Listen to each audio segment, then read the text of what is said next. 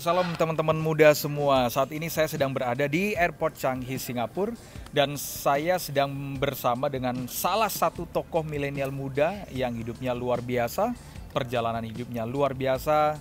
Beliau adalah Brother Rico Tampenawas. Emas 20 gram tanpa diundi. Terima kasih sudah klik video ini. Tapi jangan lupa guys, klik tombol subscribe, karena klik tombol subscribe itu gratis.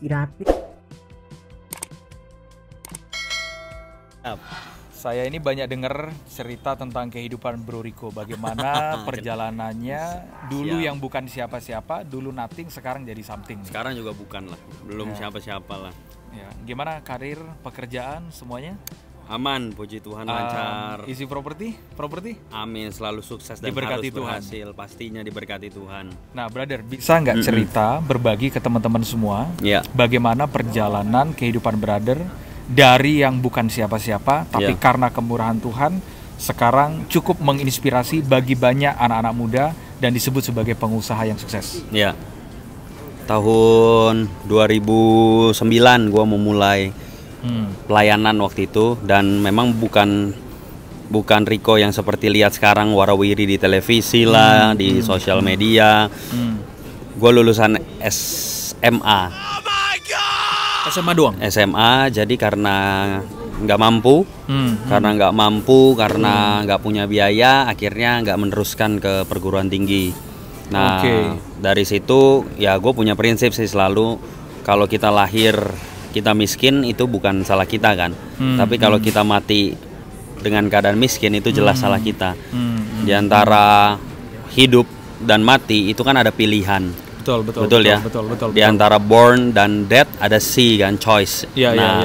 Pilihan itu di tangan kita gitu. Dan saat itu gue sadar bahwa ketika gue lihat dan banyak mendengar firman Tuhan segala macem, gue semakin disadarkan bahwa kalau Tuhan yang punya dunia ini ada di dalam diri gue, seharusnya nggak ada perkara yang mustahil buat gue. Betul. Sekalipun pada kenyataannya Bro cuma lulusan SMA ya? Yes, nah mau lanjut ya nggak punya apa-apa, nggak punya biaya. Itu gembel gue. Tapi sebentar. Banyak rekan-rekan anak-anak muda pasti berpikir begini, Rico Tampenawas kelola bisnis triliunan lah ibaratnya. Mungkin mereka berpikir, wah ini pasti anak orang kaya, kuliah di luar, udah sering pendidikan tinggi. Banyak yang sering beranggapan seperti itu, padahal kenyataannya enggak. Sama sekali cuma enggak. Lulusan SMA. Ya mungkin kalau ada foto-foto gue yang masa lalu gue hidup di jalanan, mungkin kalau ada picture hoax kan. Ya betul. Jadi emang bener-bener ya gue dulu hidup di jalanan. Waktu itu gue lulus SMA, gue kerja di salah satu toko retail. Jadi sebagai sales promotion boy yang nawar-nawarin baju kayak gitu. Gaji gue gaji berapa? 900.000 bro. 900.000 per bulan. 900.000. Oh my god. Bulan, terus mulai naik ke 1.500.000 segala macem. Sampai di satu titik, ya itu tadi gue mulai sadar bahwa hidup ini pilihan kan. Dan gue mulai ya beriman. Kadang-kadang kan iman dan gila beda tipis ya. Ya benar. Jadi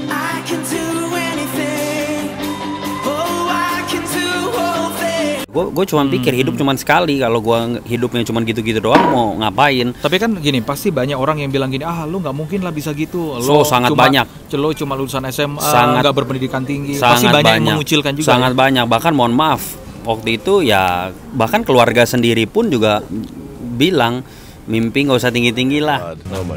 Oh my god. Nah, respon lu apa ketika orang-orang ngomongin berusaha merendahkan apa yang lu sedang lakuin? Karena ketika kita percaya dengan Tuhan ya, nomor satu, dan kita percaya sama diri sendiri, lu akan menemukan bahwa ya nggak ada yang batasin kita, cuman langit batasannya kan. Betul. Jadi ketika gue bermimpi, tapi bukan cuman mimpi dan cuman berdoa doang, kan harus oraet labora kan. Gue bekerja, salah satunya ada actionnya lah, ada pasti tindakan. Salah satunya gue orang yang cukup berani untuk berinvestasi.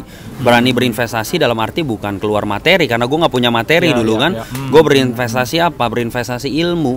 Yang mau belajar lah. Banyak orang yang nggak mau melakukan hal itu. Banyak orang yang beriman. Gue juga hidup di lingkungan gereja kok. Gue dari 2009 gue pelayanan, dan ya di dalam situ Tuhan juga cukup mempercayakan banyak hal lah. Tapi yang kadang-kadang gue sesali adalah banyak orang terutama orang-orang percaya, orang-orang Kristen itu terlalu berlindung, mohon maaf ya, terlalu berlindung di balik kata makan tidur diberkati gitu. Banyak orang Kristen yang berlindung, ya burung di udara aja dipelihara, masa betul, kita enggak. Jadinya gitu kan. mindset salah menjadikan mereka orang-orang yang jadi malas. Betul, karena kan ya satu ya yang sering gue counter, lu datang ke dunia ini, lu bawa talenta, nanti lu kembali ke sana, kembali ke pangkuan Bapa, udah berapa talenta yang lu kembangkan? Ya, jangan-jangan cuma dipendem aja tuh. Iya, itu nomor satu. Nomor dua, kalau lu mau pakai ayat, ada juga kok ayat di Amsal, orang yang malas tidak layak dapat makan. Betul. Tergantung lu mau hidupin yang mana kan? Iya. Jadi kalau lu mau menghidupi yang satu, yang lu cuman ya cukup dengan tidur doang lu diberkati, ya lu makan aja itu semuanya yang lu imanin. Bahkan Amsal bilang bahwa Tuhan tidak akan memberkati pemalas gitu loh. Itu kan ada ayatnya lagi kan? Betul. Nah, dari situ gue sadar bahwa ya diri gue Tuhan titipkan banyak hal, jadi harus gue kembangkan. Salah satunya nomor satu harus open mind dulu, harus open mind. Karena gini loh, ketika pikiran kita tertutup, ya lu menutup berkat lu juga sebenarnya. Makanya pertobatan itu ada di cara berpikir. Metanoia kan? Metanoia. Betul kan? Jadi betul. pertobatan itu kan artinya kan lu terbuka gitu kan. Dan gue mulai belajar, sekalipun orang-orang terdekat gue bukan melarang ya, tapi kayak nggak mendukung dengan perubahan yang gue lakukan. Apa itu? Misalkan gue tahu gue lulusan SMA, tapi gue untuk meminimalisir resiko gue nggak sukses karena gue SMA, ya gue banyak baca buku, gue beli buku, baca buku. Bahkan waktu awal-awal gue berjuang ya, gue punya prinsip 1 bulan tuh minimum harus 1 buku gue baca. Wow. Itu perjuangan loh, salah satunya. Belum lagi kalau misalkan gue ikut event-event yang seminar gitu ya, yang memang gue dapetin ilmu, dapetin relasi. Karena kan kunci kesuksesan 2 itu, ilmu dan relasi kan. Betul. Terutama pasti berdoa. Tapi di samping itu ilmu dan relasi gue perbanyak, gue perdalam. Nah, gue bahkan sampai rela investasi puluhan juta untuk ikut hal-hal kayak gitu. Untuk belajar. Ya itu dia. Betul. Untuk hal-hal seperti itu hanya orang-orang yang punya pikiran terbuka yang mau melakukan. Karena kalau pikirannya tertutup, mereka akan dengan segala cara negative thinking dengan yang dilakukan untuk kemajuan dirinya sendiri kan. Betul. Nah, sekarang gini, titik balik. Sekarang orang lebih banyak tahu seorang Riko Tambenawas hampir tiap hari ada di media televisi ya kan. Mulai dari pagi malam juga ngomongin tentang properti, kelola bisnis triliunan. Nah, sekarang yang jadi pertanyaan, titik balik sampai bro menyadari bahwa kan ada banyak orang gini. Wah, gue ini anak orang nggak mampu, gue ini gembel, gue anak jalanan. Titik balik yang membuat bro benar-benar menyadari bahwa gue nggak mau cuma sampai di sini. Tapi lu pada nggak tahu berapa banyak kegagalan yang gue alamin kan. Nah, di saat-saat gue gagal kayak gitu, itu memacu diri gue. Dan titik baliknya waktu itu gue pernah rugi waktu usia 21 tahun lah. Gue ngadain event dan gue gagal, itu hutang gue ya hampir 200-an juta lah. Mungkin 200 juta bagi sebagian besar orang kecil ya. Tapi untuk anak umur 21 tahun yang memang bukan latar belakang berat tuh. Itu yang membuat setiap hari gue berlutut dan berdoa, Tuhan bagaimana caranya gitu kan. Nah, tapi di situ ya gue sadar bahwa ya gue hidup di dunia ini, kalau seandainya gue nggak melakukan hal tersebut, melakukan kegilaan dalam tanda kutip, ya nggak akan ada hasil gitu. Nah, dan gue lihat juga semua tokoh di Alkitab pasti mereka masing-masing punya dalam tanda kutip ya kegilaan-kegilaan untuk mewujudkan iman mereka kan. Ya, mereka tidak cuma ngomongin iman, tapi mereka cukup gila untuk mewujudkan lewat tindakan. Iya, dan gue sadar gitu, satu ungkapan yang membuat gue bounce ke atas gitu ya. Gue berpikir tempat terkaya di dunia ini ada di mana sih? Dan gue pernah membaca sebuah buku, dia bilang tempat terkaya di kuburan. Kenapa? Karena banyak calon-calon miliarder yang terpendam, terkubur bersama jasadnya karena mereka tidak melakukan apa-apa, cuman hanya di dalam mimpi doang kan. Nah, dari situ gue sadar, oke, untuk mewujudkan ini semua, gue beriman bahwa jangan cuman punya impian di belakang mata, tapi harus diwujudkan di depan mata. Jadi ya salah satu cara mewujudkannya ya action. Nah, itu yang membuat ya gue belum sampai 30 tahun sekarang. Gue nggak tahu lu tahun berapa nonton video ini ya. Tapi kalau detik ini tanggal berapa sekarang bro? Sekarang tanggal 11 Maret 2020. Bahkan usia gue masih 28 tahun. Bulan Juli nanti baru 29 tahun. Nah, jadi ya nggak ada yang mustahil. Dan gue selalu berpikir ketika gue melakukan sesuatu, ya Tuhan kan bersama gua kan. Ya kan, selama gue jaga hidup pastinya, ya, betul, jaga betul. hidup ya Tuhan bersama gue, dan ketika gue kenalan sama orang gue nggak pernah rendah diri. Ini satu pesan penting kalau lu ketemu sama orang besar, ketika lu berelasi sama orang, kuncinya adalah rendah hati pasti ya, tapi jangan rendah diri karena ketika lu merendahkan diri lu di hadapan orang lain, ya bagaimana caranya lu mengangkat diri lu sendiri? Ada satu quote yang bilang begini, ketika kita merendahkan diri kita, sebenarnya kita sedang merendahkan Tuhan. Nah, banyak kok yang gue temuin orang, saya punya ide Pak, apa kayak gitu, tenang, tunggu waktunya. Kapan waktunya? Gue tanya. Tunggu waktunya Tuhan. Ya gue tanya kapan waktunya Tuhan. Ya. Emang lu tahu gitu kalendernya yang Tuhan buat lu kan enggak. Bahkan banyak orang sukanya kerjaannya berdoa tapi actionnya nggak ada. Nah itu maksudnya. Begitu ditanya cuma beriman tapi tidak jadi apa-apa. Itu maksudnya, banyak orang yang salah mengungkapkan kekesalannya ya. Kadang-kadang lu direndahin gitu. Gue sama kok, gue juga dulu gue paling suka direndahkan. Karena gue paling suka dengan yang namanya pembuktian dengan karya ya, dengan hasil ya. Nah banyak orang ketika direndahkan harusnya itu momentum lu untuk oke, gue buktikan. Tapi banyak yang cuman oke, gue buktikan, udah diem doang di rumah. Caranya gimana membuktikannya? Lu pikir Tuhan lu kayak jin gitu? Tuhan buat bam, kan nggak mungkin kan? Betul. Kan nggak mungkin kan? Always there's a process ya. Nah, you have to do something kan? Lu harus setuju. lakukan. Nah itu dia kuncinya.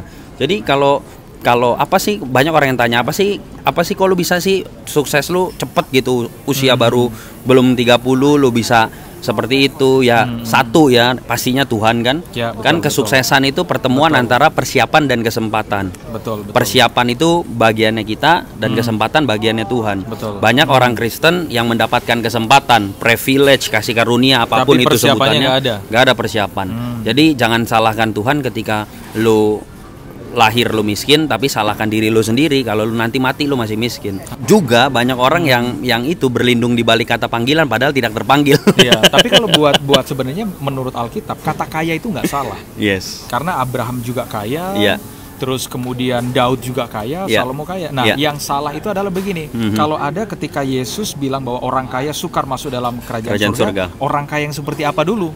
Orang kaya yang tidak mau membagi hidupnya untuk orang lain. Artinya gini, orang kaya yang egois, yang memikirkan dirinya sendiri. Nah, selama kita jadi orang kaya dan kita jadi berkat buat orang lain, bagi saya harusnya gampang banget masuk surga. Betul. Nah, makanya, tapi kenapa banyak orang terus kemudian mereka anti dengan kata kaya? Kaya, betul. Nah, itu sebabnya ya, misalkan contoh ya, ada orang yang bilang, Pak saya nggak mau kaya. Kenapa? Karena orang saya lebih baik miskin, yang penting bahagia. Pernah ya dengar kata-kata kayak gitu? Kalau ada yang ngomong sama gue kayak gitu, ayo kita miskinin lagi. Iya, supaya lebih bahagia. Lebih bahagia lagi dia. Kalau lihat sekarang Rico Tampenawas ya sudah disejajarkan, bahkan udah selevel dengan beberapa tokoh-tokoh muda yang menginspirasi Indonesia. Salah satunya ada Mary Riana, ada motivator yang lain seperti Tung di Semua Ringin. Pertanyaannya sederhana, kalau hari ini Rico Tampenawas menikmati berkat Tuhan, kalau bisa dibilang dengan kata kaya karena berkat Tuhan, pertanyaannya pernah susah nggak sih sampai nggak makan? Waduh, udah nggak dihitung, nggak bisa dihitung lagi bro. Pernah juga ya?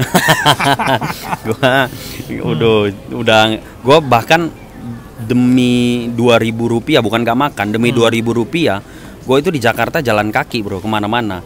Jalan kaki itu bukan cuman kayak jarak 100 meter, 200 meter. Dari itu bahkan untuk makan pun juga warteg aja pada zamannya 4.000 5.000 itu udah paling murah. Iya, jadi ngalamin masa-masa susah. Sangat ngalamin, tapi kan itu dia kan.